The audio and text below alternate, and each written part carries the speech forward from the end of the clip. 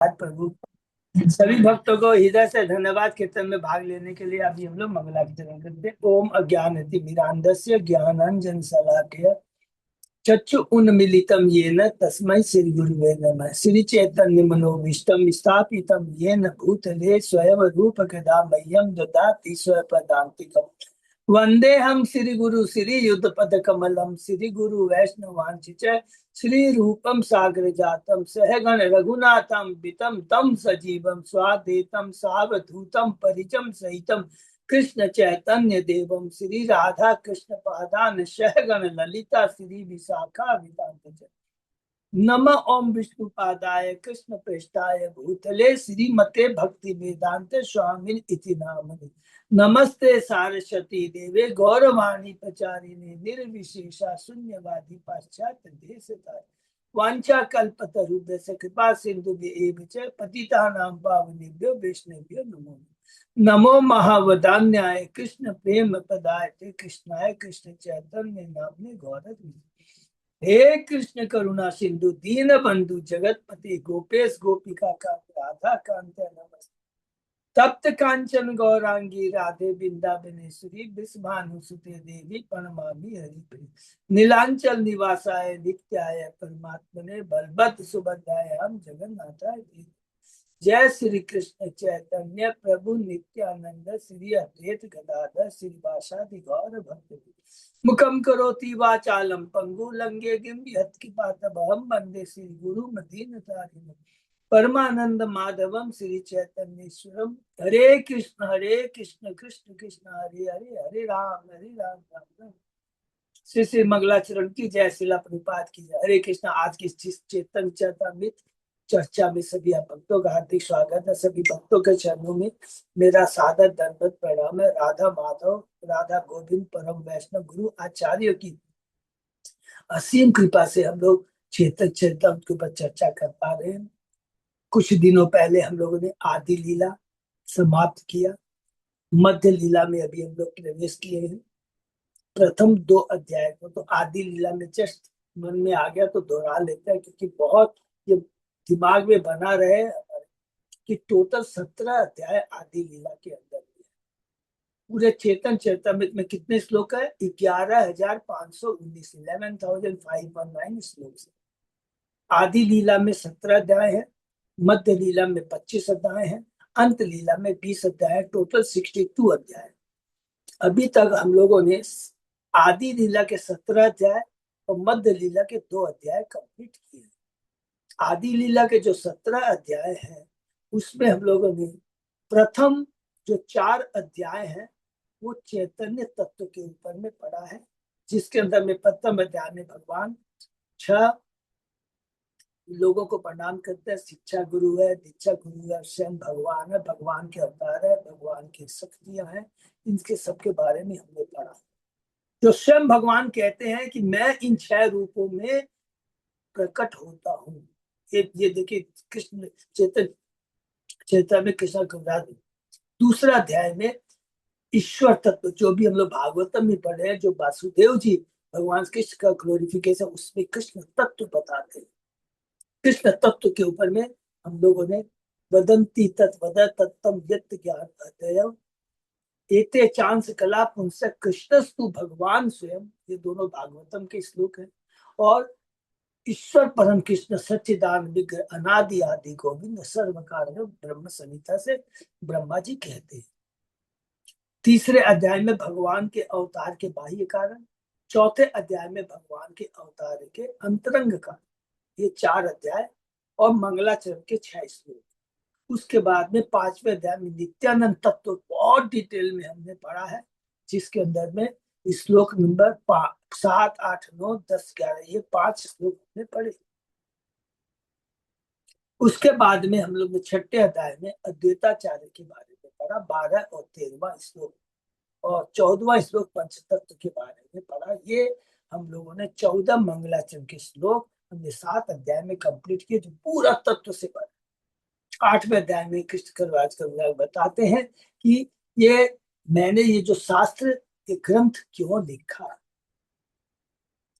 गुरु की कृपा है, हरिदास ठाकुर ने इंकरेज किया, भगवान की कृपा मदन मोहन जी ने उनको, गुरु के किसको मानते हैं, अपने मेंटर कह लीजिए, शिक्षा गुरु कुछ भी कहे, वृंदावन दास ठाकुर को कहते हैं, बताते हरिदास ठाकुर, हरिदास ठाकुर नहीं, हरिदास पंडित, सॉरी, हरिदास पंडित। और तीसरा वो बताते हैं कि रघुनाथ दास गोस्वामी से कैसे वो वृंदावन में राधा कुंड के सामने राधा कृष्ण रघुनाथ दास गोस्वामी से सुनते थे। रघुनाथ दास किसके अंडर में थे, स्वरूप दामोदर के अंडर में। स्वरूप दामोदर को इंस्ट्रक्शन किसने दिया था कि तुम इसका ख्याल रखो, रघुनाथ दास चेतन महाप्रभु ने दिया। तो ये पूरी परंपरा है, बहुत उनको याद है। तो ये 8वां 9वां अध्याय में कल वृक्ष के बारे में पढ़ा। चेतन महाप्रभु कहते मैं अकेला कुछ नहीं कर सकता, मैंने तो आज बीज बो दिया है, अब इस बीज का पौधा भी बन गया है, अब इसके फल को तुम लोगों को बांटना है। भारत जन्म जहाँ जन्म सार्थक हुई, करो परोपकार। ये बहुत सुंदर लोग है। हरे कृष्ण प्रभु, कोई हरिदास स्वामी जो बांके बिहारी का ये सेवा है ना सर प्रभु जी, है प्रभु, वो बांके बिहारी की जो सेवा है, कोई तो हरिदास स्वामी, मैं सुनने पर हरिदास पंडित, हाँ हरिदास स्वामी जो अभी जो बता रहा ना, जो हरिदास हरिदास स्वामी का पंडित, बात, हरिदास पंडित, हरिदास पंडित, हरे कृष्ण, हरे कृष्ण। हरे कृष्ण। और उसके बाद में हम लोगों ने 10 11 भारत अध्याय बहुत इंपॉर्टेंट है, जिसके अंदर में सारी शाखाओं के बारे में, चैतन्य शाखा 10 अध्याय में, 11वां अध्याय में नित्यानंद शाखा, 12वें अध्याय में गदाधर पंडित और अद्वैताचार्य की शाखा, ये समाप्त हुआ तत्व।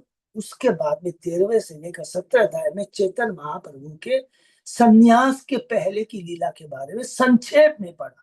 13 अध्याय में चेतन महाप्रभु का प्राकट्य है, 14 अध्याय में बाल लीला, 15वें अध्याय में पौगंड लीला, 16वें अध्याय में किशोर लीला और 17वें अध्याय में यौवन लीला। सो जैसे यौवन लीला में पढ़ते हैं, चेतन महाप्रभु घर छोड़ देते हैं। सोचिए, ये बहुत इंपॉर्टेंट चीज है, इसको करके हम लोग थोड़ा आगे बढ़ेंगे।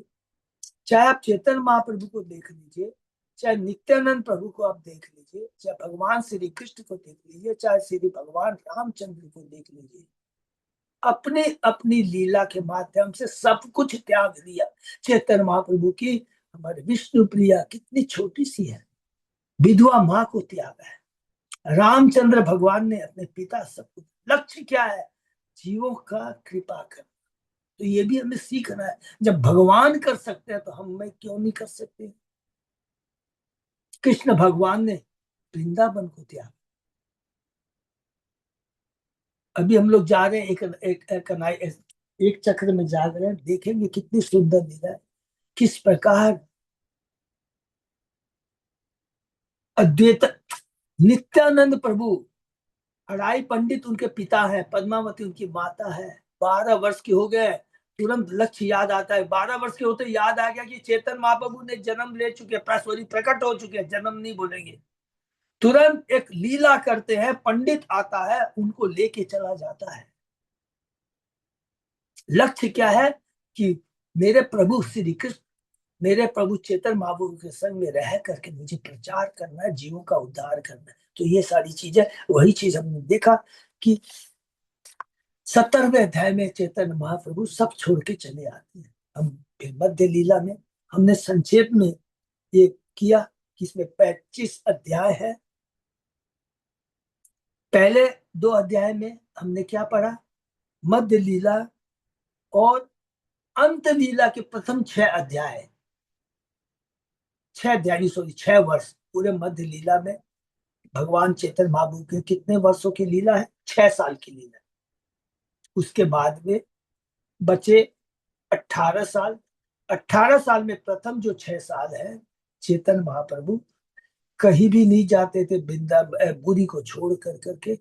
वो किसके संग में रहते थे, हमने पढ़ा हरिदास ठाकुर का, किस प्रकार उन्होंने उद्धार किया, किस प्रकार रघुनाथ दास गोस्वामी के ऊपर में कृपा की। ये पहले 6 अध्याय अंत लीला के हैं, जिसका संक्षेप में वर्णन हमने पहले अध्याय में पढ़ा।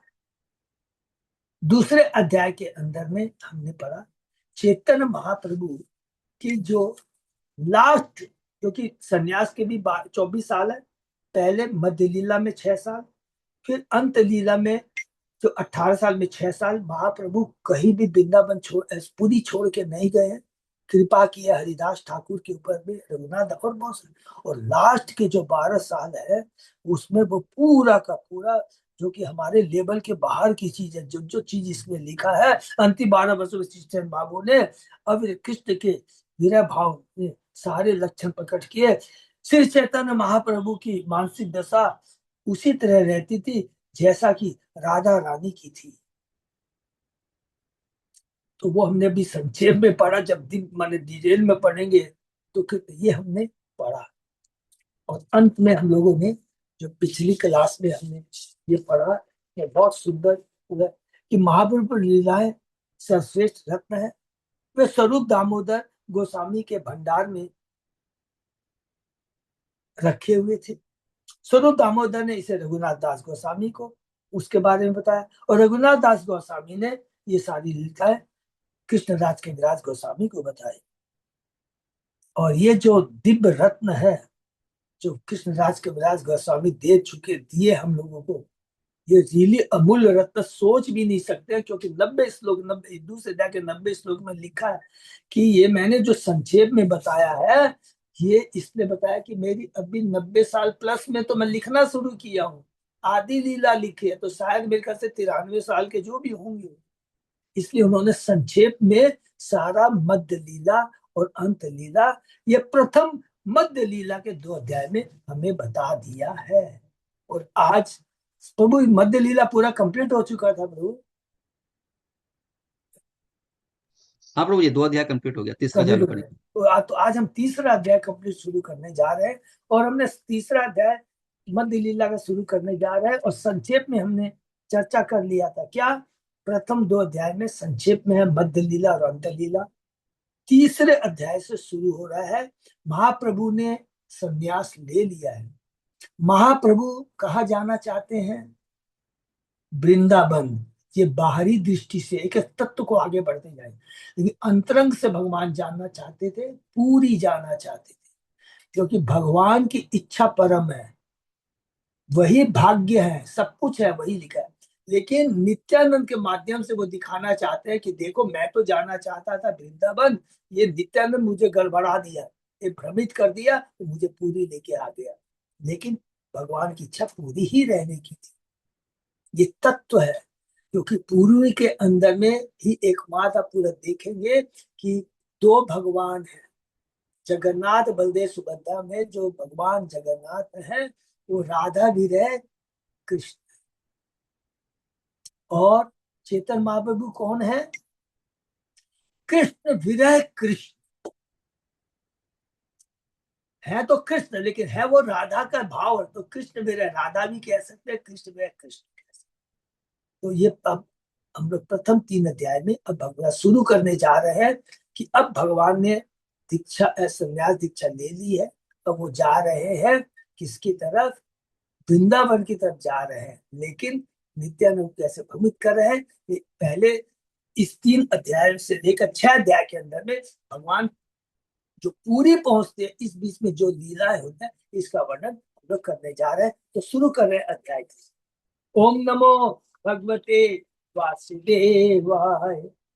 ओम नमो भगवते वासुदेवाय। ओम नमो भगवते वासुदेवाय।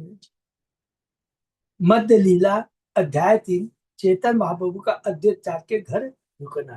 तो उसको हम लोग चलते हैं, ये लीला के माध्यम से जहां जहां तत्व आएगा हम लोग उसको चर्चा करेंगे, नहीं तो लीला का आनंद उठाते हुए आगे बढ़ते जाएंगे। सिर्फ श्री भक्ति विनोद ठाकुर ने अपनी पुस्तक अमृत प्रवाह भाष्य में 3 अध्याय का निम्नलिखित सारांश दिया। कठुआ में संन्यास ग्रहण कर लेने के बाद एक दंडी उन्होंने मायावादी केशव भारती से लिया है। के बाद श्री चैतन्य लगातार 3 दिनों तक राढ़ देश में यात्रा करते रहे। राढ़ देश किसको कहते हैं और गौड़ देश किसको कहते हैं, सबको मालूम है, हमने चर्चा किया था। राढ़ देश जहाँ गंगा नहीं बहती है, गौड़ देश जहाँ गंगा बहती है। तो राढ़ देश में यात्रा करते रहे और नित्यानंद प्रभु की युक्ति से अंततः वे शांतिपुर की पश्चिम दिशा में आए। उन्हें गंगा नदी को ही यमुना होने का विश्वास दिलाया गया। जब वे इस पवित्र नदी की पूजा कर रहे थे तब अद्वैत प्रभु नाव में वहां आए। अद्वैत प्रभु ने उनसे प्रार्थना की कि वे गंगा में स्नान करें और फिर वे उन्हें घर ले गए। वहां नवद्वीप के सारे भक्त सची माता के साथ श्री चैतन्य महाप्रभु से मिलने आए। यह घर शांतिपुर में था। माता सची देवी श्री चैतन्य महाप्रभु नित्यानंद प्रभु के लिए भोजन बनानी थी। उस समय अद्वैत प्रभु तथा नित्यानंद प्रभु के बीच कई बार हास परिहास चला। इस संध्या समय अद्वैत प्रभु के घर में विशाल सामूहिक कीर्तन हुआ तो माता सच्ची देवी ने चैतन्य महाप्रभु को विदा होने की अनुमति प्रदान की। उन्होंने अनुरोध किया कि वे अपना मुख्य आवास जगन्नाथ पुरी नीलांचल को बनाए। हरि बोल। देवी चैतन्य महाप्रभु चाहते थे कि मेरी माँ का जो आदेश। श्री चैतन्य महाप्रभु ने अपनी माता की बात मान ली और नित्यानंद प्रभु मुकुंद जगदानंद और दामोदर के साथ, माने दामोदर पंडित के साथ, नॉट दामोदर सुर स्वरूप दामोदर नहीं है ये।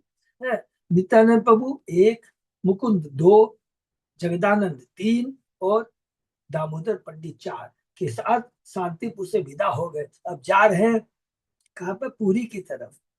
सची माता से विदा लेकर वे सभी छत्र भोग के रास्ते से जगन्नाथपुरी की ओर चल पड़े। हरि बोल। और शुरू करते हैं।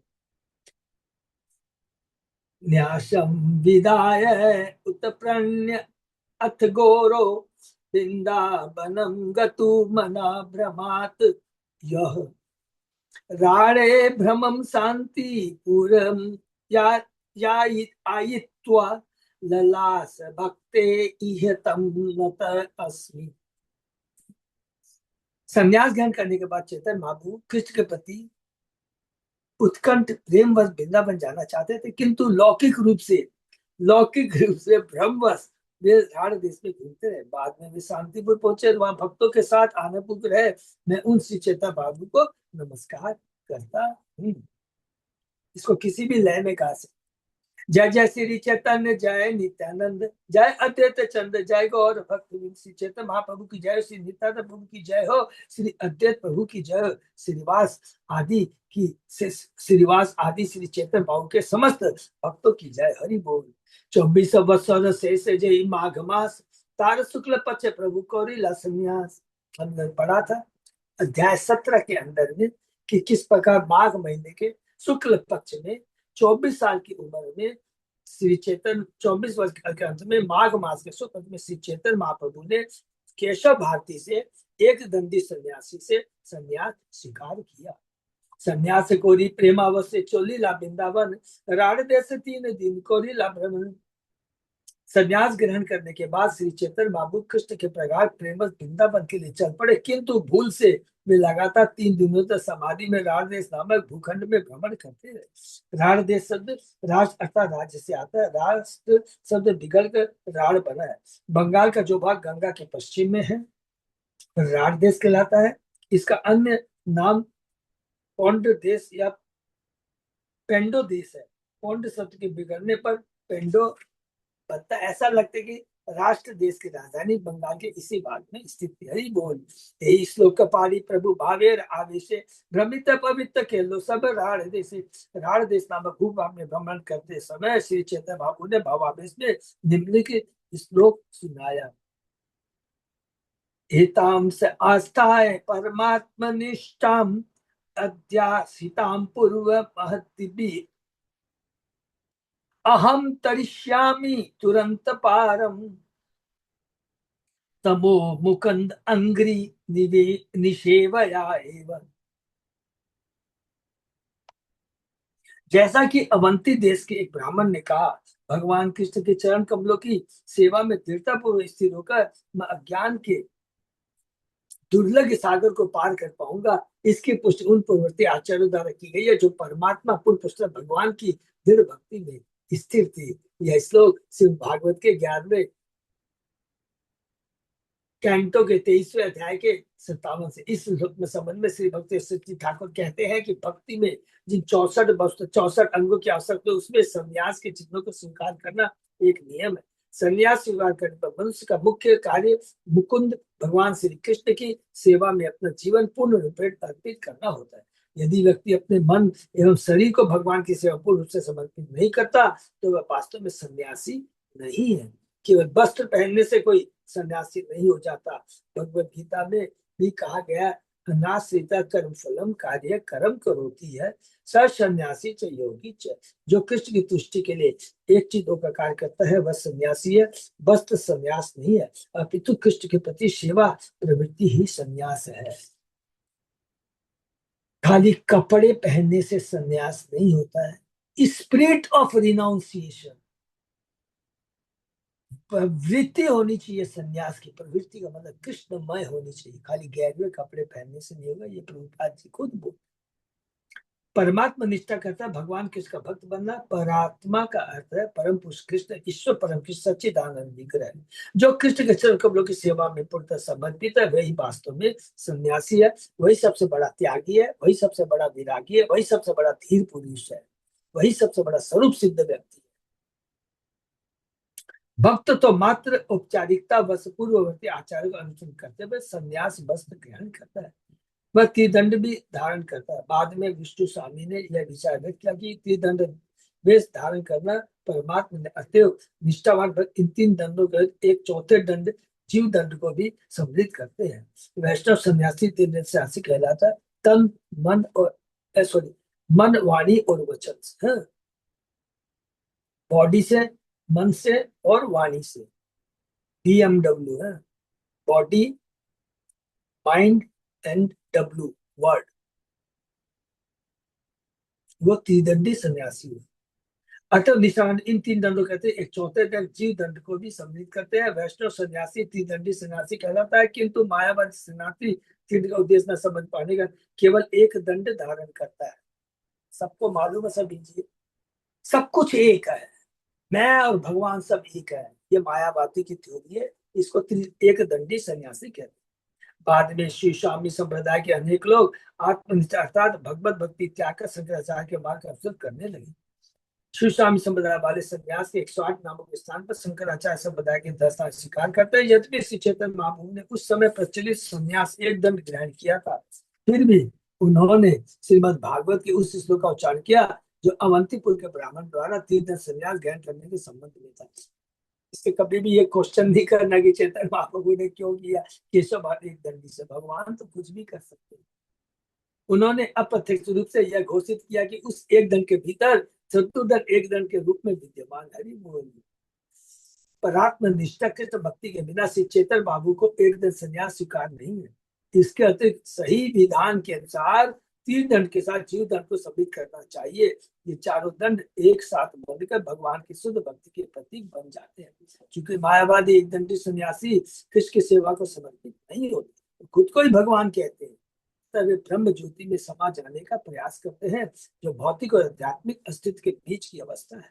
वे इस निर्विशेष स्थिति को मुक्ति मानते हैं, जिसको प्रभुपादानंद सरस्वती क्या बोलते हैं? प्रबोधानंद सरस्वती, ब्रह्म ज्योति में मिलना नरक के समान है, स्वर्ग में जाना माया जाल के समान। मायावादी सन्यासी चेतन बाबू को एक दंड से सन्यासी ही मानते हैं, क्योंकि उन्हें यह पता नहीं है कि व्यक्ति दंड से सन्यासी थे। हरि बोल। यह मायावादियों के विवर्त अर्थात मोह के कारण, भ्रमण के कारण।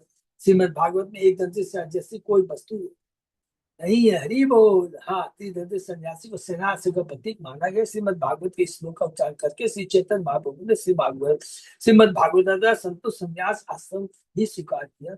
भगवान की बहिरंगा शक्ति से चमत्कृत रहने वाले मायावा सन्यासी श्री चेतन के मन की बात कभी भी नहीं समझ पाएंगे। हरि बोल।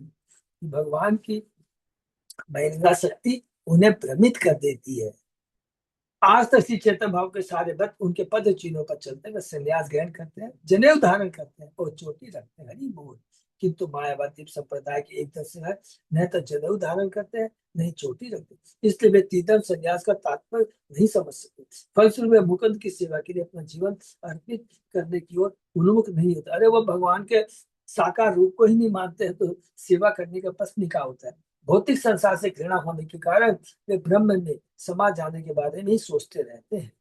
जो आचार्य देव वर्जासु का अनुमोदन करते हैं, चातुर्वर्ण जिसका उल्लेख भगवद गीता के 4 अध्याय के 13वें श्लोक में चातुर्वर्ण गुण कर्म विभाग से, वे आसुर वर्णाश्रम की विचारधारा को नहीं मानते, जिसके अनुसार जन्म से वर्ण आधारित होता है।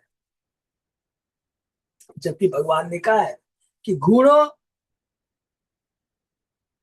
और एक्टिविटी, क्वालिटी एंड एक्टिविटी के आधार पर वर्ण का निर्धारण होता है, न कि जन्म के आधार पर।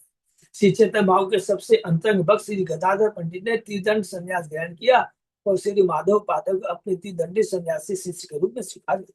कहते हैं कि इन्हीं माधवाचार्य से पश्चिम भारत में वल्लभाचार्य संप्रदाय का प्रचार हुआ। श्री गोपाल भट्ट गोस्वामी जो गौड़ी वैष्णव संप्रदाय में स्मृत्याचार्य के नाम से लिखा, उन्होंने बाद में त्रिदंडी निपात प्रबोधन सरस्वती से त्रिदंड संन्यास ग्रहण किया। यद्यपि गौड़ी वैष्णव साहित्य में त्रिदंड संन्यास ग्रहण करने का स्पष्ट उल्लेख नहीं, किंतु श्री रूप गोस्वामी कृत उपदेशामृत के प्रथम श्लोक में संतुति की गई है कि मनुष्य को 6 वेगों को वश में करके त्रिदंड संन्यास ग्रहण करना चाहिए। और वो बहुत इंपॉर्टेंट श्लोक है उपदेशामृत का पहला अवसर कि कौन वास्तव में सन्यासी बने, कौन वास्तव में गुरु बनने लायक है, कौन वास्तव में प्रचार कर सकता है। वाचो बेगम मनसा क्रोधा बेगम जीवा बेगम उद्रोपस्त बेगम एतान एकान्यो निसहेत धीर सर्वाम अपि माम पृथ्वीम सर्शिष्या।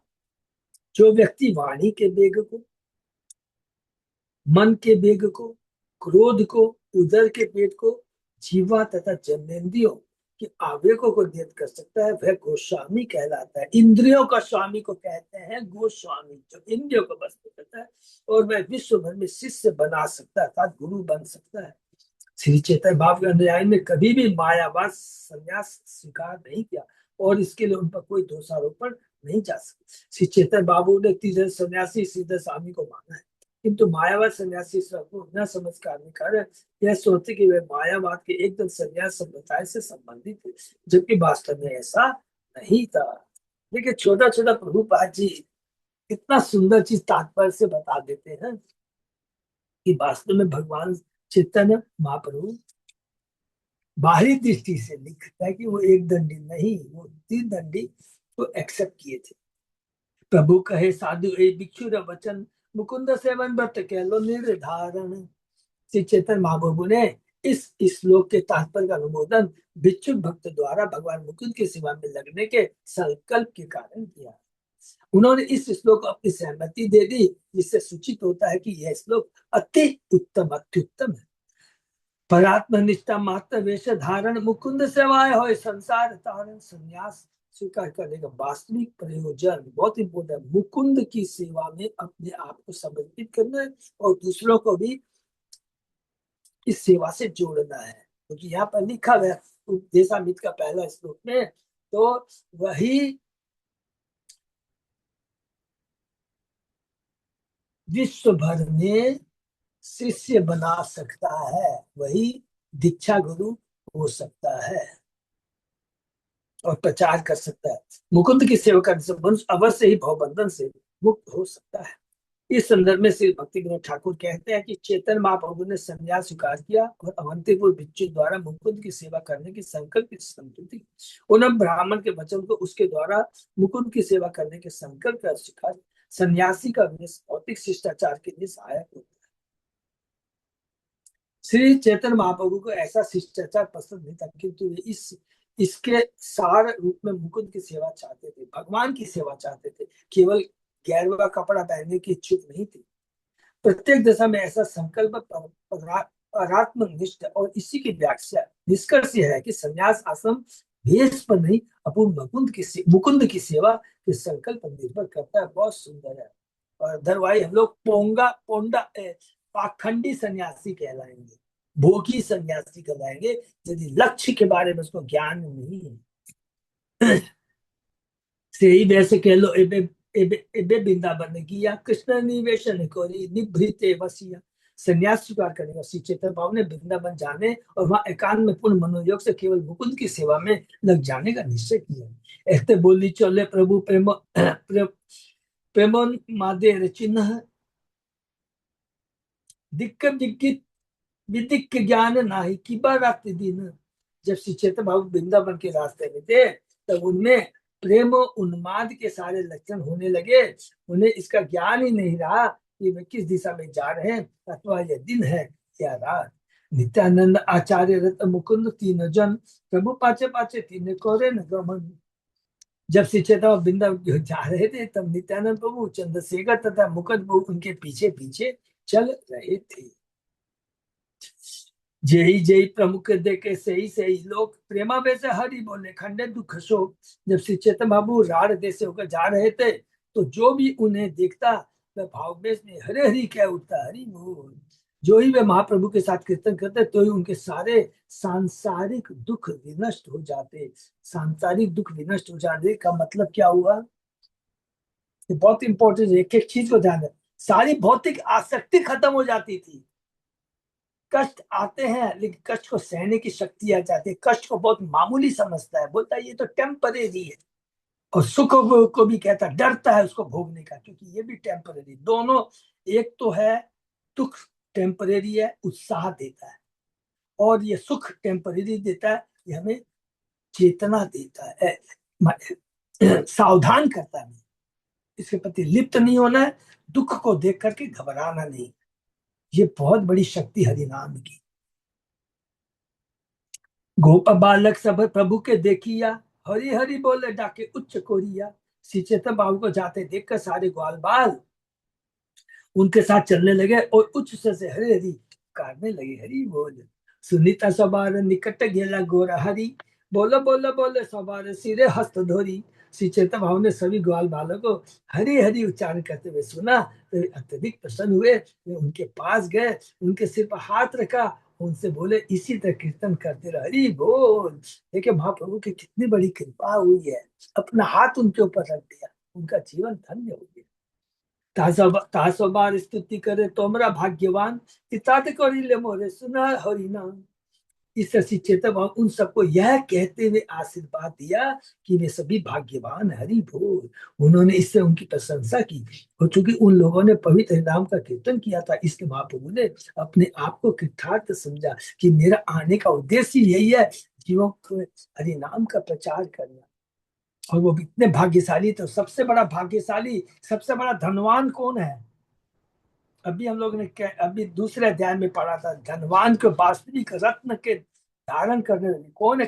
चैतन्य महाप्रभु है,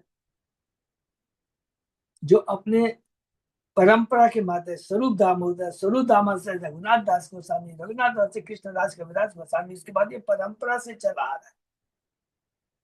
ये वास्तविक धन है। गुप्तता सभा के आनी ठाकुर नित्यानंद सिखाईला सभा कार्य कोरिया प्रबंध। सारे बाल को एकांत में बुलाकर और एक कहानी बताते हुए नित्यानंद प्रभु ने उन सबको इस प्रकार सूचना दी। अब ये देखिए, नित्यानंद प्रभु कौन है? सेवक भगवान है। वो सेव्य भगवान है, ये सेवक भगवान है, आदि गुरु है।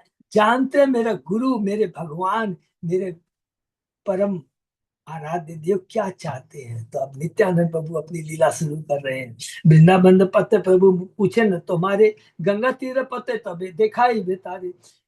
तो नित्यानंद प्रभु उन बच्चों को कहते हैं, यदि चेतन भाव तुम लोगों से वृंदावन का रास्ता पूछे तो उन्हें गंगा नदी के किनारे का रास्ता दिखला देना, हरि बोल। तबे प्रभु पूछी ले न सुनो सुनो शिशुगण, कहते कि कौन पत्ते जाबो वृंदावन। शिशु सब गंगा तीर पत्ते दिखाई लो, सही पत्ते आवे से प्रभु गमन करी लो, हरि बोल। जब श्री चैतन्य बाबू ने ग्वाल बालों से वृंदावन का रास्ता पूछा तो उन बालकों ने गंगा के किनारे वाला रास्ता बता दिया, और महाप्रभु भाव इसमें उसी रास्ते चल पड़े। देखिए बच्चे हैं, गुरु का आदेश पालन किया। आदि गुरु नित्यानंद है, उन्होंने जो कहा उनका पालन किया, उनका जीवन धन्य हो गया। जो गुरु कह रहा है एज इट इज उसको करना चाहिए, क्योंकि जो भी गुरु कहता है उसमें उसका दिव्य आनंद है, उसी में उसकी दिव्य सफलता है। आचार्य रत्न ने कहे नित्यानंद गोसाई, शीघ्र जाए तुम अद्वैत आचार्य ठाई। जो ही महाप्रभु गंगा के किनारे चल पड़े, त्यो ही श्री नित्यानंद प्रभु ने आचार्य चंद्रशेखर आचार्य को तुरंत अद्वैताचार्य के घर जाने के लिए कहा। अरे जल्दी से जाओ, अद्वैताचार्य शांतिपुर में, मैं वहां उनको लेके आ रहा हूँ, ये आचार्य रत्न जाके खबर कर दो कि महाप्रभु आ रहे हैं, भगवान आ रहे हैं। प्रभु लोए जब अमिताहार मंदिरे, सावधाने रहे न जैन कल श्री नित्यानंद प्रभु ने, गोस्वामी ने कहा, मैं श्री चेतन महाप्रभु को शांतिपुर में गंगा के तट पर ले जाऊंगा, आप अद्वैताचार्य से कहे कि वे सावधान होकर एक नाव लेकर किनारे पर रहे। तबे नवद्वीप पे तुम्हें करी गमन सची सहला आई सब भक्तगण। नित्यानंद प्रभु ने आगे कहा, इसके बाद मैं अद्वैताचार्य के घर जाऊंगा और आप नवद्वीप जाकर माता सची तथा सभी भक्तों को लेकर लौट आना। तारे पाठाइया नित्यानंद महाशय महाप्रभु आगे आसी दिल परिचय।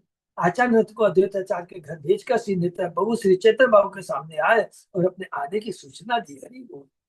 प्रभु कहे श्रीपाद तुम्हारे को था के गमन, श्रीपाद कहे तुम्हारे संगे जाबो वृंदावन।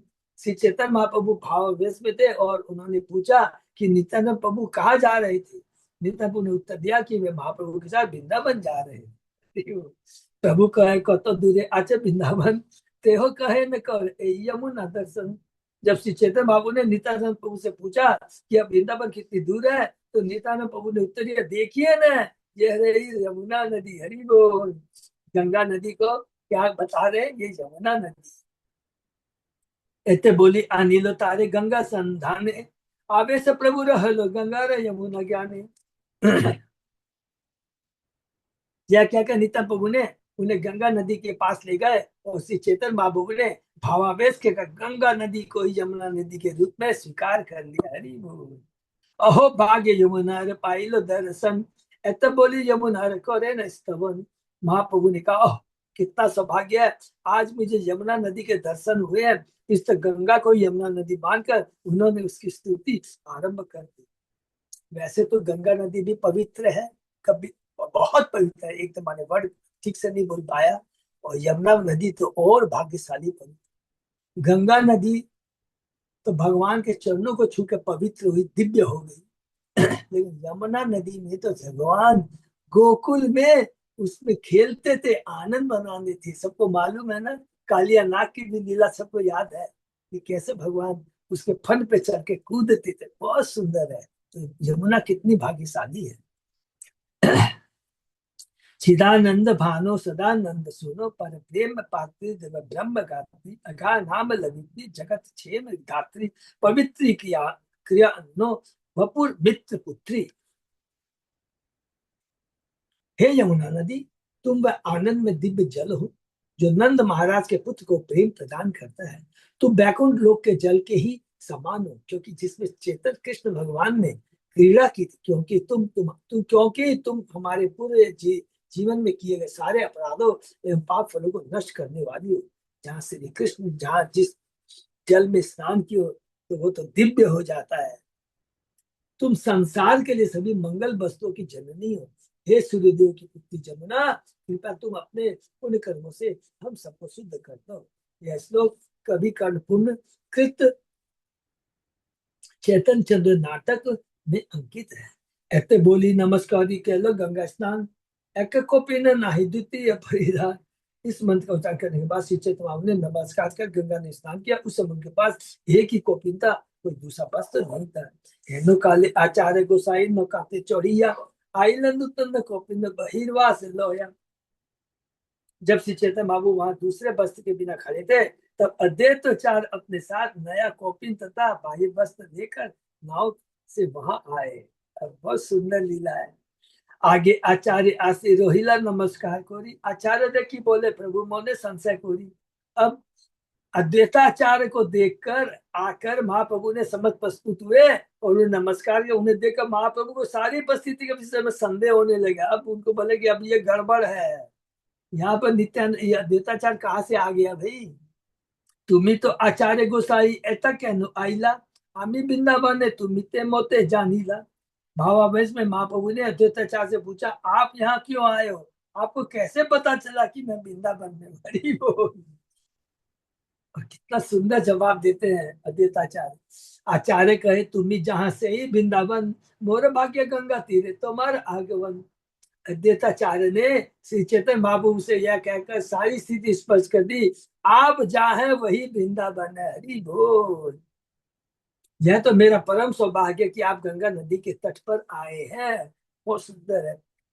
युधिष्ठिर महाराज कहते हैं विदुर जोगी को कि आप जहां जहां जाते हैं वो तीर्थ स्थान बन जाता है, क्योंकि आप हृदय के अंदर में भगवान को धारण करके चलते हैं। तो भक्त जहां जहां जाता है, क्योंकि वो कृष्ण को धारण कर चलता है, वही स्थान दिव्य हो जाता है, वही स्थान तीर्थ स्थान हो जाता है। प्रभु कहे नित्यानंद अमर वंचिला, गंगा के आनिया मोरे जमुना को हिला।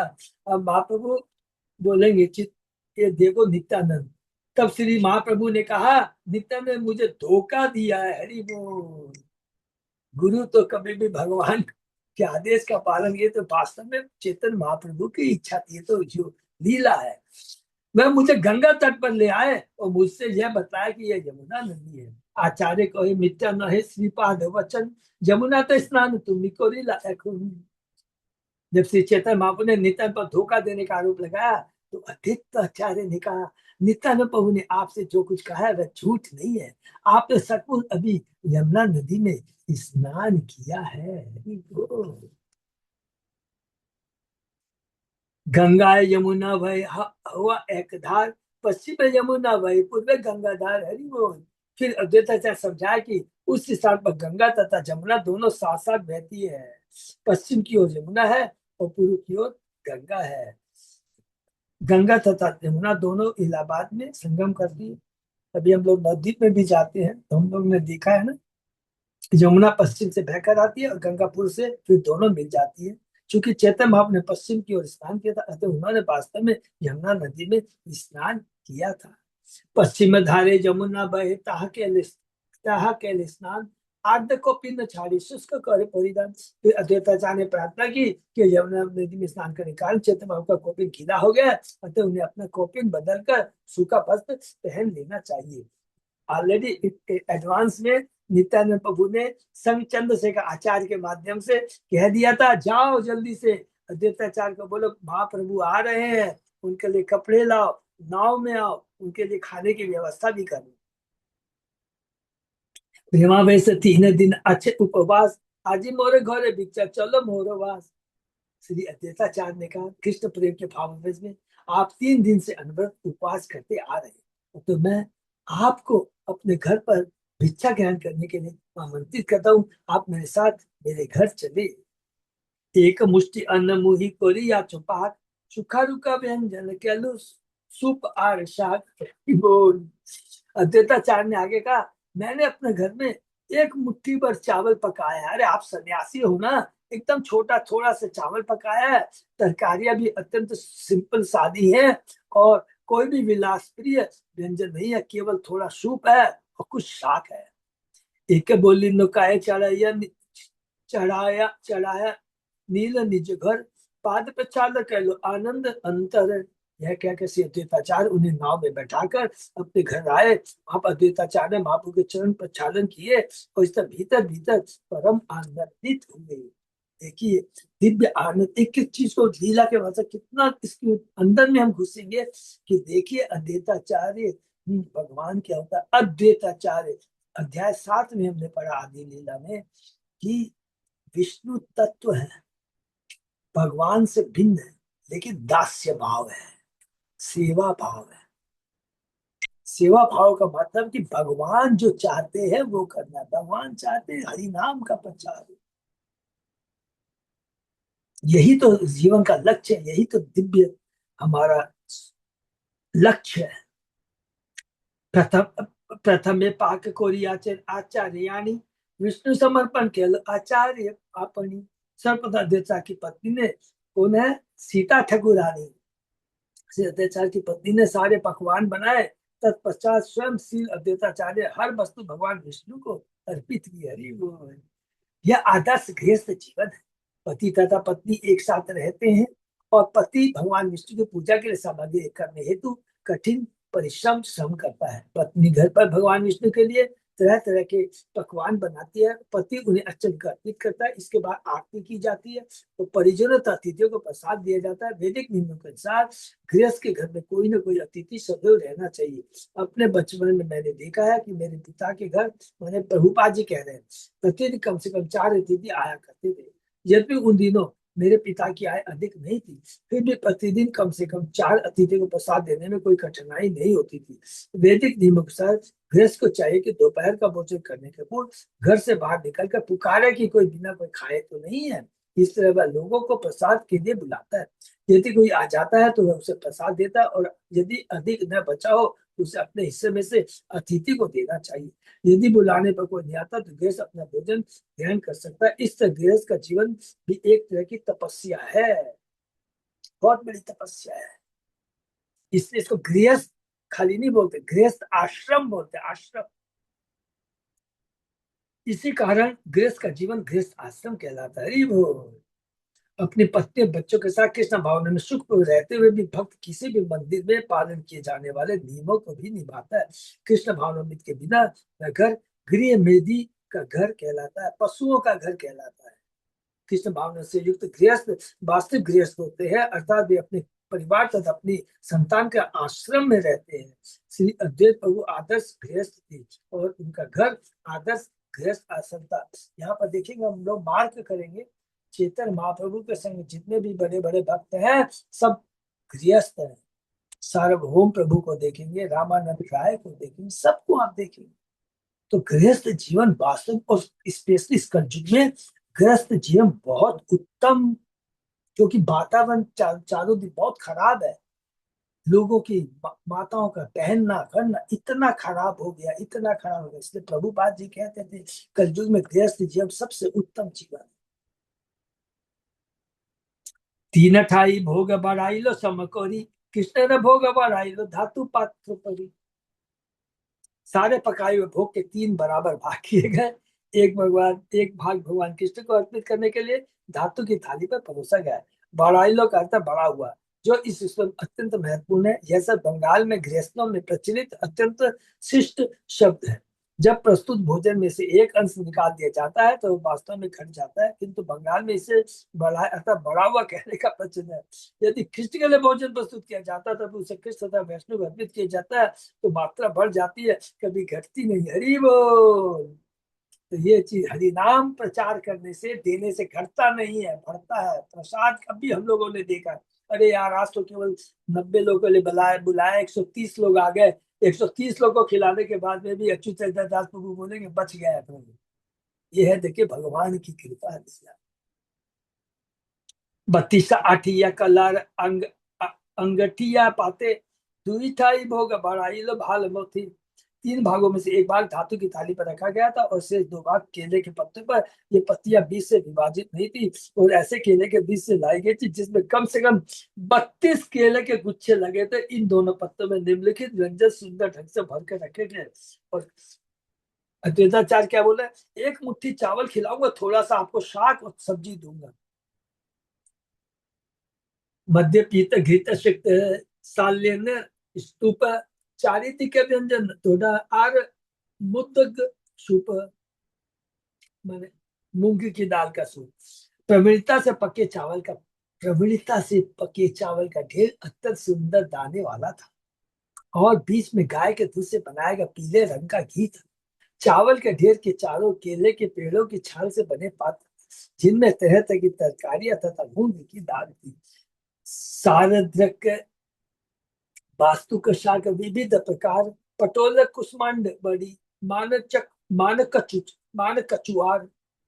पकी तरकारियों में पटोला, सीताफल, मान कचू था तथा अदरक के टुकड़ों और विभिन्न प्रकार की पालक से बना सलाद है। वो चही मरीच सुक्त दिया सब सब फल मूले अमृत निंदक पंचविध तिक्त झाले। सभी प्रकार के तरकारियों के साथ शुक्ता बहुत फेमस है, शुक्त करेला मिला था जो अमृत के स्वाद को मात करने वाला था। कड़वे तथा चरपरे शुक्त 5 प्रकार के थे। कोमल निम्ब पत्र सह भाजा वार्ता की पटोल फूल बड़ी भाजा कुसमांड मान चाकी। विविध तरकारियों में नीम की ताजा मुलायम पत्तियों को बैगन के साथ तला गया था। पटोल फल को फूलबड़ी दाल से बनाया गया एक व्यंजन जिसे पहले मसाला जाता है फिर सुखाया जाता है के साथ तला गया था। कुष्मांड मांचाकी नामक व्यंजन भी था। पाक शास्त्र के संपादकों से प्राप्त है कि वे श्री कविराज गोस्वामी द्वारा वर्णन किए इन सारे व्यंजन अपनी पुस्तक में सम्मिलित कर ले। हरि बोल। प्रभुपाद जी कह रहे हैं, नारिकेल सस्य छाना शर्करा मधुर मोचाघंड दुग्ध कुष्मांड सकल प्रचुर, नारियल के गुर्दे, दही तथा मिश्री सब व्यंजन अत्यंत मीठा था। दूध में पकाए गए सीताफल और केले के फूल की सब्जी प्रचुर मात्रा में थी। मधुरा बड़ा अमलादि 5-6 सकल व्यंजन के लोके जो तो है।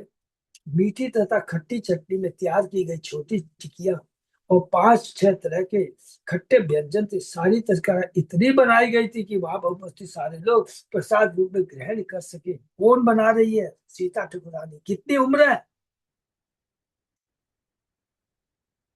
कितनी, बहुत एजेड है ना? हम लोगों ने पढ़ा था ना कि चेतन महाप्रभु, चेतन महाप्रभु के ईश्वरपुरी और ईश्वर के माधवेंद्रपुरी, तो माधवेंद्रपुरी के समकाल थे ईश्वरपुरी ने। तो कितनी उम्र थे? माने ग्रैंड फादर के समान थे उम्र में, चेतन बाबू के ग्रैंड फादर के समान।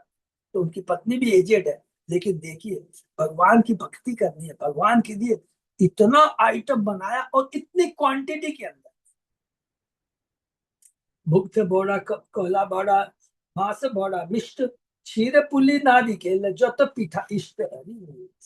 मूंग की दाल के नर्म बड़े, पके केले के बने नर्म बड़े, उड़द की दाल से बने नर्म पड़े पकोड़े, तरह तरह की मिठाइयाँ, क्षीर पुली चावल के बड़े खीर के साथ नारियल से बना व्यंजन तथा सभी प्रकार के बड़े थे।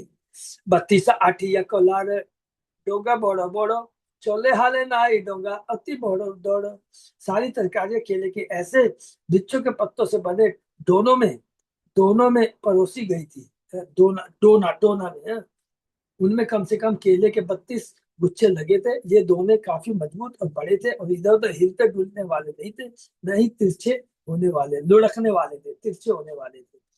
50 डोंगा व्यंजन है पूरिया, 3 भोगेरे आसे पासे रखीला धोरिया। भोजन करने के 3 स्थानों के चारों तरह तरह की तरकारी से भरे 102 थे। सघृत पायस नव मुत कुंडिका भोरिया, 3 पाते घना घना वर्त दुग्ध राखे थे थोरिया। सभी तरकारियों के चारों ओर घी से मिश्रित खीर रखी थी। वो इसे नए मिट्टी के बर्तन रखा गया था, अच्छी तरह से गाढ़े उबले दूध से भरे मिट्टी के बर्तन तीनों स्थानों पर रखे गए थे। दुग्ध चीड़ा कोला आर दुग्ध लक लक लकी, जोते करी लता कहिते ना शकी। अन्य व्यंजन कहते हैं दूध में बना तथा केले से मिला चिड़वा तथा दूध में पकाया सफेद सीताफल था। वहां पर सभी व्यंजनों का वर्णन कर पाना संभव नहीं है। हरि बोल। कृष्णराज कविराज गोस्वामी कह रहे, दुई पासे धोरी ले सब मुक्त कुंडिका भोरी, चापा कोला धोती संदेश कहिते ना पारी। दोनों स्थानों पर दही संदेश, दही से बनी मिठाई तथा केले से बनाई गई व्यंजन मिट्टी के पात्रों में भरकर रखा हुआ था। उन सबका वर्णन कर पाने में असमर्थ हूँ। अन्न व्यंजन ऊपरी दिल तुलसी मंजरी, 3 जल पाते सुवासित जल भरी। पके चावल एवं सारी तरकारियों के ढेर के ऊपर तुलसी की मंजरियां थी। सुगंधित गुलाब जल से भरे पात्र भी रखे गए थे। जल 3 शुभ्र पीठ तार ऊपरी वसन, यही रूपे साक्षात कृष्ण कोराई न भोजन। तीनों आसन पर मुलायम कपड़े बिछे थे। इससे भगवान श्री कृष्ण को सारी भोज्य सामग्री अर्पित की गई और उन्होंने इसे बड़े ही मन से ग्रहण किया। इतना देखिए, यहाँ पर श्लोक के तात्पर्य में लिखा है, श्लोक के अंदर लिखा है साक्षात कृष्ण को राई ने भोजन, ये साक्षात कृष्ण को भोजन करवाया। स्वयं कृष्ण चेतन महाप्रभु स्वयं भगवान है, अवतार नहीं है, अवतारी है। आरती रे काले दुई प्रभु बोलाई लो, प्रभु संगे सबे आसी आरती देखी लो। भोग अर्पित करने के बाद भोग आरती संपन्न करने की प्रथा है। अद्वैत प्रभु ने दोनों भाइयों चेतन बाबू तथा नितन को आरती देखने के लिए बुलाया। दोनों प्रभु तथा वहां उपस्थित सारे लोग आरती समारोह देख ले। आरती करिया कृष्ण कराई लो स्वयं, आचार्य आशी प्रभु ने तब कहला धीरे। मंदिर में अर्चा विष्णु की आरती हो चुके बाद कृष्ण को शयन कराया गया। तब अद्वैताचार्य चेत बाबू से कुछ निवेदन करने के लिए आगे आए। गृहेर भितरे करु करुण गमन, दुई भाई आइला तबे करिते भोजन। श्री अद्वैता प्रभु ने कहा, हे प्रभु कृपया इस कमरे में चले। अब श्री चैतन्य बाबू नित्यानंद प्रभु दोनों भाई प्रसाद ग्रहण करने के लिए आगे। हरि बोल। मुकुंद हरिदास दुई प्रभु बोलाइले, जोड़ा हाथ दुई जन कहित लागिले। जब श्री चैतन्य बाबू तथा नित्यानंद प्रभु प्रसाद लेने गए तो उन्होंने मुकुंद तथा हरिदास को अपने साथ चलने के लिए बुलाया, किंतु मुकुंद हरिदास दोनों ने हाथ जोड़कर इस प्रकार कहा, मुकुंद कहे मोर किचु कृत नाही सोरे, पाचे मुई प्रसाद पामु तुम जाहे धोरे।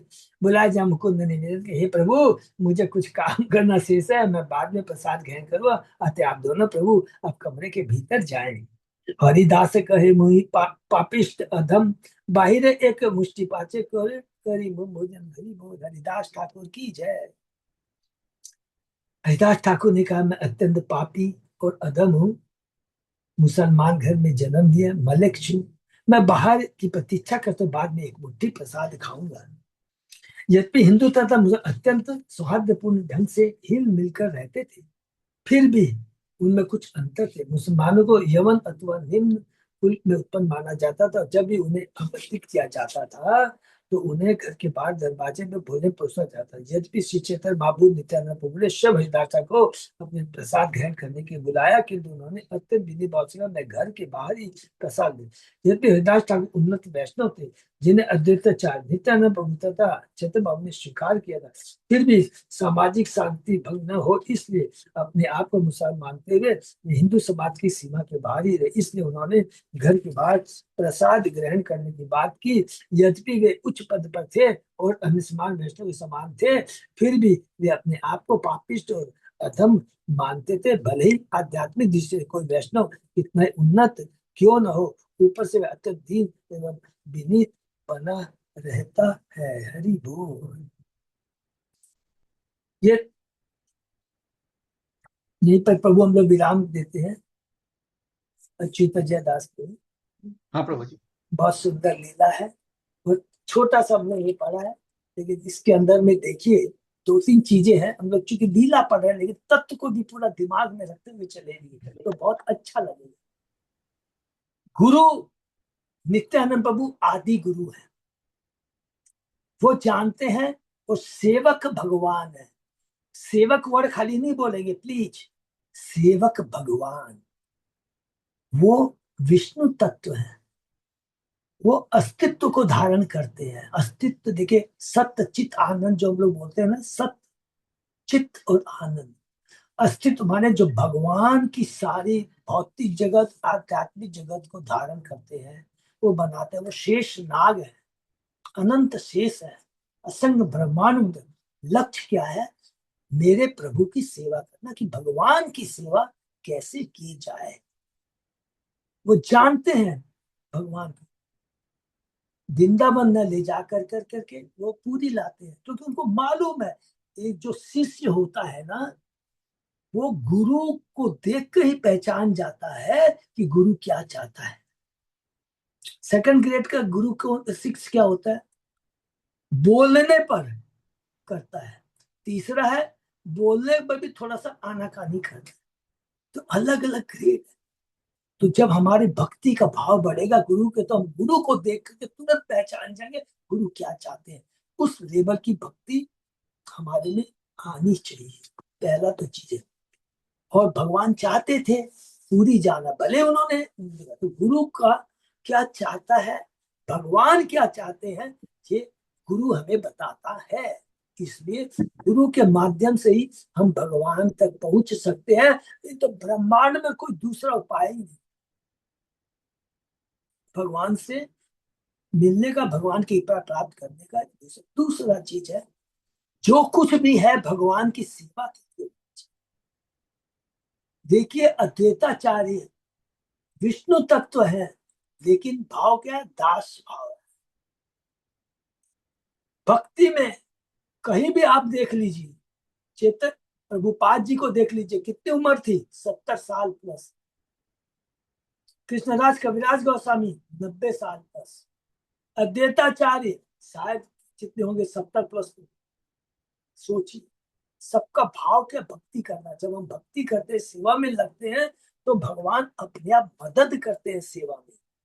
कोई वो देखता नहीं मेरी इतनी उम्र रही होगी। आज गुरु महाराज को देख लीजिए, 77 ईयर का वो कर रहे हैं, हैंडीकेप्ड है, लेकिन भक्ति की शक्ति इतनी है कि भगवान मदद कर रहे हैं। भगवान वो तो कह रहे हैं, एक लीला हम लोगों ने अभी सुनी थी,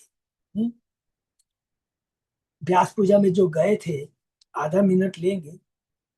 एक डॉक्टर माता जी ने कहा था, गुरु महाराज की लीला के बारे में बताया कि when I was in the hospital, Guru Maharaj was in the hospital, और गुरु महाराज कुछ बड़बड़ा रहे थे, आई कुड नॉट अंडर, मैं समझ नहीं पाई क्या बोल रहे हैं। तो उसके बाद दूसरे दिन भक्तों ने पूछा, गुरु महाराज आप क्या कर रहे हैं? तो वो डॉक्टर बोलती, मैं तो घबरा गई थी कि आपको क्या हो गया क्या।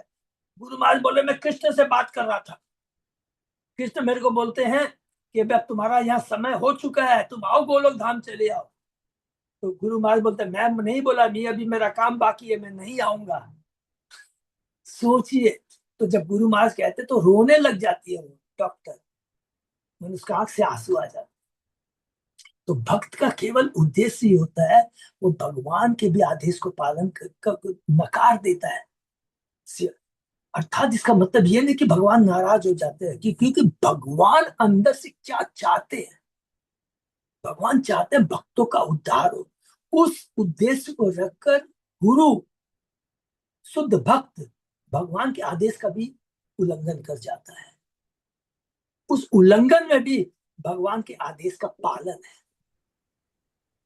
तो भगवान वृंदावन, भगवान को मालूम है कि मेरे प्रभु, नित्यानंद प्रभु को मालूम है मेरे प्रभु क्या चाहते हैं, इसलिए लेके जाते हैं।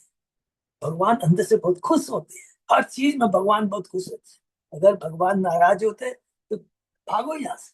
भगवान अंदर से खुश हो रहे हैं कि नित्यानंद प्रभु कितना कृपालु है, कितना आदेश का पालन कर रहे हैं। तो हम लोगों को हृदय में इतना स्ट्रोंग, तुरंत हमें समझ में आ जाएगा कि गुरु क्या चाहता है, भगवान क्या चाहते हैं।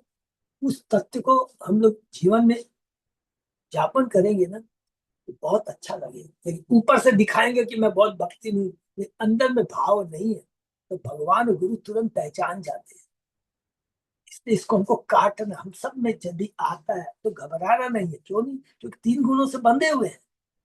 स्वार्थ मन में आ जाता है, घर के प्रति प्रेम मन में आ जाता है, रिश्तेदारी निभाना ये मन में आ जाता है, 10 चीजें आ जाती है। लेकिन भगवान के सामने जाके रोएंगे, प्रभु ये मैं जो आसक्ति है, घर के प्रति, पुत्र के प्रति, ये संबंधियों के प्रति है, इसको काटिए। तो अपने आप भगवान, जो बीच में बाधा आएगी ना, अपने भगवान काट देंगे और हमें भक्ति में जो भी बाधा अपने आप हटा देंगे। लेकिन हमारा भाव वैसा होना चाहिए। पहले भगवान भाव को देखते हैं, तब अपने आप सारी व्यवस्था कृष्ण बना देंगे। हरे कृष्ण। हरे कृष्णा। हाँ प्रभु, बोलो प्रभु। मैं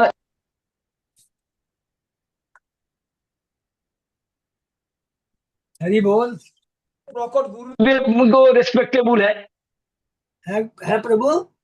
हम बोले अप्रकट भगवान से ज्यादा रिस्पेक्टिव है तो प्रकट गुरुदेव। प्रभु सब सब प्रभु देखे, ये चीज, ये सब हम लोग को नहीं बोलना है, उससे ज्यादा श्रेष्ठ है ये भगवान बोल सकते हैं कि मेरा ना भक्त। भागवत में लिखा है, तो भागवत में लिखा है जब प्रकट माने गुरुदेव के प्राधान्य दिया, माने भगवान गुरुदेव के जितना सेवा होता है भगवान खुश होता है, यस माने खुश होता है। इसीलिए मैंने ये बात बोला है, भागवत में लिखा है ये चीज, जो माने प्रकट भगवान से जे, इसलिए तो कहीं भी जाता है तो गुरु को प्रणाम पहले करना पड़ता है, भाग में भगवान को प्रणाम करना पड़ता है। Yes, you are right. ये यही चलते इसी माध्यम। अच्छा प्रभु जी, और एक बात है, हम लोग हरिदास जो नाम सिद्ध पुरुष सुना है, हरिदास स्वामी माने बांके बिहारी का सेवा सुना है, हरिदास पंडित कौन है सर? प्रभु जी हमको एक बार बताइए ना। प्रभु हरिदास पंडित, वो भगवान के शुद्ध भक्त है। हम लोग अभी आदि लीला में अध्याय 8 में बहुत डिटेल में उनका वर्णन है? आप उसको अच्छा अच्छा, पढ़ लीजिएगा, बहुत डिटेल, ओके, बहुत। हाँ, ओके, ठीक है, हरे कृष्णा, आदि हरे लीला, कृष्णा, आदि लीला चैप्टर 8, ठीक है प्रभु। ओके ओके, हरे कृष्णा, हरि बोल, हरि बोल, हरि बोल, ओके, हरे। और किसी का कोई प्रश्न? तो यहाँ पर हम लोग विराम देते। बहुत सुंदर है, देखिए भगवान की कृपा बनी रहे। ये ग्रंथ हम पढ़ते जा रहे सब लोग मिलकर आगे बढ़े, भगवान की कृपा बनी रहे। और इसमें हम लोग को बहुत आनंद आएगा। लीला के संग तत्व को भी हम लोग स्टडी करेंगे। जो भगवत गीता में, भागवतम में जो कुछ भी जानने चर्चा की है, सारा का सारा यहाँ पर कृष्णास का व्यास स्वयं ही और स्वयं प्रभुपाद जी अपने तात्पर्य के माध्यम से हमारे सामने प्रस्तुत करेंगे। इसको बहुत सीरियसली अच्छे से करना है, सब लोग मिल करके एक दूसरे के लिए प्रार्थना करेंगे। हरे कृष्णा। एक पे विराम देते हैं। और अच्युत अजय दास प्रभु, हाँ प्रभु जी। थैंक यू सो मच बाबू, आपने ग्रुप किया है क्रिएट, बहुत बहुत धन्यवाद। सब लोग बहुत आराम मिल गया, सब लोग को बहुत आराम से सारी इंफॉर्मेशन मिलेगी। कल हम लोग तैयार रहेंगे। ब्रेकफास्ट सब लोग अपना अपना तैयार करके ले जाएंगे या करके ले जाएंगे, जो भी है कर देंगे, ध्यान रखेंगे। बाकी आगे का सब डिटेल सबको मालूम ही है। वहाँ हम लोग पहुंचेंगे 10 बजे करीब करीब। वहां से फिर हम लोग लोकल कन्वेंस में जाएंगे और बाकी वहां पर पहले रूम्स में जाएंगे। उसके बाद में आगे जो डिटेल है, वो जो हमारा प्रोग्राम है, वो प्रभु गोपाल प्रभु ने शांतनु प्रभु से बात किया है ना, हाँ प्रभु जी, आज और थोड़ा डिस्कस करके जैसा और भी होगा हम लोग डिस्कस कर ग्रुप में लेंगे तो हम लोग बना के तो प्रभु जी इसको पोस्ट कर देंगे। हमारे ये स्पेसिफिक जो स्पेशल व्हाट्सएप ग्रुप प्रभु ने बनाया, उसमें हम लोग पोस्ट कर देंगे। ठीक है ना। हरे कृष्णा। प्रभु जी ब्रेकफास्ट सबको अपना अपना कैरी करना है ना? हाँ प्रभु, सबको अपना अपना कैरी करना है। दो ऑप्शन है प्रभु जी, बहुत जन जो है जैसा भी देख सकते हैं से मतलब अगर टिकट प्रभु बहुत लोगों ने, अरुण प्रभु क्या किया है ना, उसमें मैं वो जैन फूड बोल के बुक किया है। हाँ, वंदे भारत में है ना ऑप्शन। ऑप्शन है प्रभु। हाँ तो वो किया। हाँ ठीक है ना। जो जैसा जिसके जो कंफर्टेबल हो उस हिसाब से कर लेंगे। हाँ जो तो जैसा हमारा वहाँ लंच प्रसाद। अच्छा हाँ। प्रभु, अपना कितना टिकट कौन सा कोच में, ऐसा कुछ है क्या अपने पास डिटेल्स? नहीं वो तो नहीं बनाए, लेकिन हाँ सब मिल जाएंगे, आप अगल बगल में करके वो अच्छा कर ले। ठीक वो ठीक। C3 C6 C7 है सर, तो अच्छा। सब मिल जाएगा। या एक काम कर सकते हैं ना, प्रभु के लिए तो मुश्किल है, सब लोग अपना अपना टिकट पोस्ट कर सकते हैं कि मेरा इसमें है, मेरा टिकट नहीं इसमें। करके अगर वो कीजिए, टिकट सब मिल टिकट जाता नहीं है। करती है। हाँ नंबर कर देंगे तो मिल हाँ जाएगा सबके आगे, नाम के आगे मैं लिख दूंगा, फिर मैं आज बनाऊंगा हाँ चार्ट हाँ कर दूंगा 10 सीट करेक्ट। नंबर। वो कर सकते हैं, रिटर्न और आपका वो करेंगे तो कर सकते हैं वैसे। हाँ सब हाँ लोग पोस्ट अपना अपना कर सकते हैं एक दूसरे की जानकारी के लिए बस। हाँ जस्ट सर हम लोग को मेरा पोस्ट, ये कोच नंबर है बस। हाँ बस ऐसे कर देंगे। प्रभु सब आप लोग पोस्ट कर देंगे कि my coach number is this. या ठीक है। जैसे संतोष माता जी ने जिसने एक जगह टिकट बनाई है, वो कहते कि हमारे 6 जन का कोच नंबर ये है, बस हो गया खत्म। ठीक है ना। हरे कृष्ण। हरे कृष्ण। तो कल मिलते हैं। हरे बोल। हरे कृष्ण। हरे कृष्ण। बहुत बहुत धन्यवाद का शनि विराम करते हैं, फिर सोमवार से